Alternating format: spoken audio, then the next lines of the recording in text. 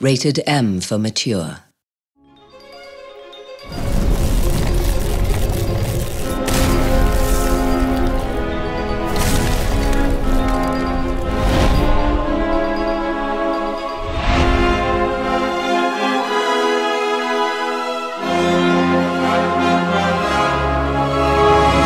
There's this tremendous amount of energy that's going into this project where people get so excited on a day-to-day basis, not only because we're the scope and the size of it, but also because we're crafting a new IP. The opportunity to design a fantasy world, an entirely new fantasy world, is really something I think not a lot of people in this business get to do.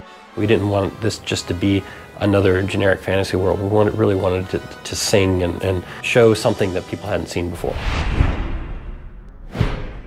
One of the goals of the team has been to specifically say, oh, that's Reckoning.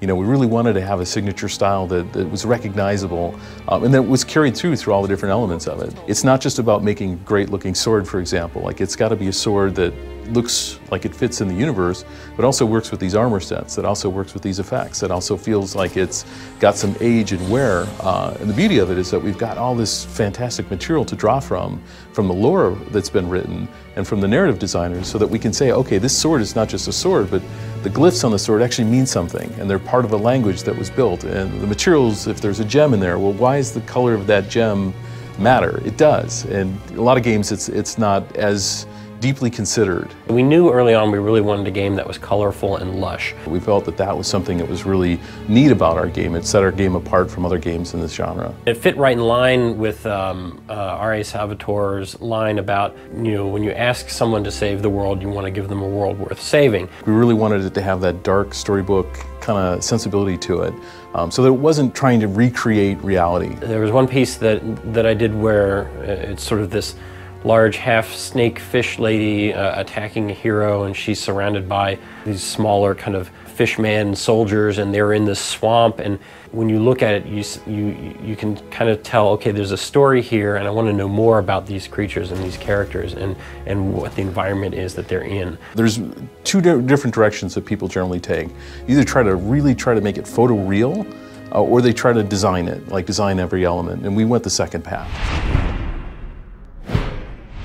So the role of a concept artist is basically to take the initial ideas that come either out of brainstorming meetings or from designer documents, sort of visualize them in 2D. A lot of times it can be a lot more schematical, where we're literally doing drawings of characters from different angles so that the modelers can take those and do sort of a one-to-one translation. And other times it's really just sort of a way to inspire the team, and they're more of like look and feel type pieces. As an art director, a lot of what you're doing on a day-to-day basis is working and interfacing with not only the artists on the team, but also the designers and the engineers, and making sure that everything comes together as one cohesive piece. We really try to focus on making sure that when we're creating a piece of concept art, that it serves the goals and that it's sort of speaking to the process, as well as being a great image, right? And so we have to remember that not only are we making great looking images, but there has to be solid design behind it. A lot of it is trying to service the needs of the overall art of the project, but then also really taking a look at the design and what the narrative needs are, what the gameplay needs are at any particular point, and also keeping in mind the technical considerations and constraints of actually producing a game that we can put on a box that people can play. Not only do words tell the story of Amalur and the story of Reckoning, but the visuals tell stories. Specifically, we'll do things like stained glass windows that tell a story or fable that's told by generations of the Fae, or come into a dungeon, an ancient dungeon ruin.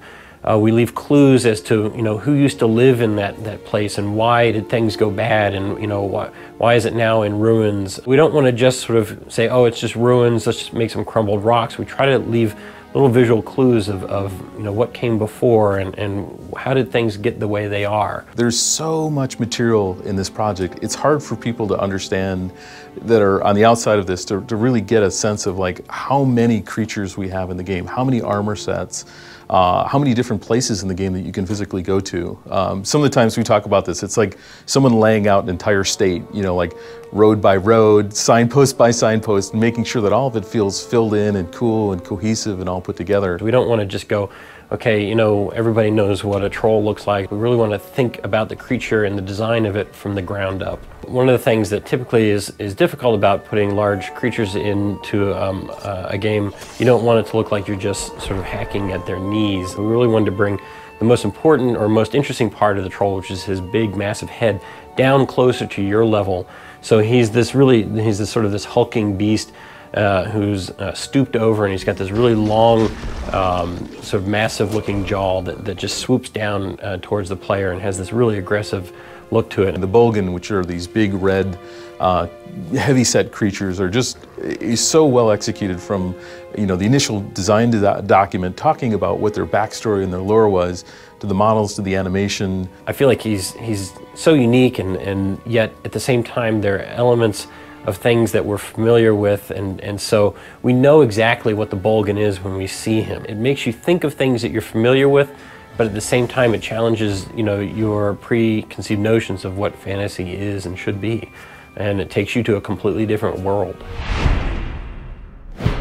A lot of games and movies today, you know, very little is left to the imagination of the viewer. And while, you know, there's a lot of really fun and exciting and amazing things in the world of Reckoning, we also want to leave them with this hint that it's all part of an even more massive and compelling world. One of the things that's been said a lot, you know, that there's this 10,000-year history that RA has developed. It really is there. And if you go through and you play the game and you see all the individual bits and pieces, and you start to talk to the individual NPCs in the game and read the books that are there, you start to realize, like, wow, they really did try to reference all that stuff. It really is in there to find. While we may not tell everybody everything, it makes people have questions in their mind and say, well, what is this world about? And what's the bigger story? And what else is going on here? Everything was considered. And I hope they walk away with that.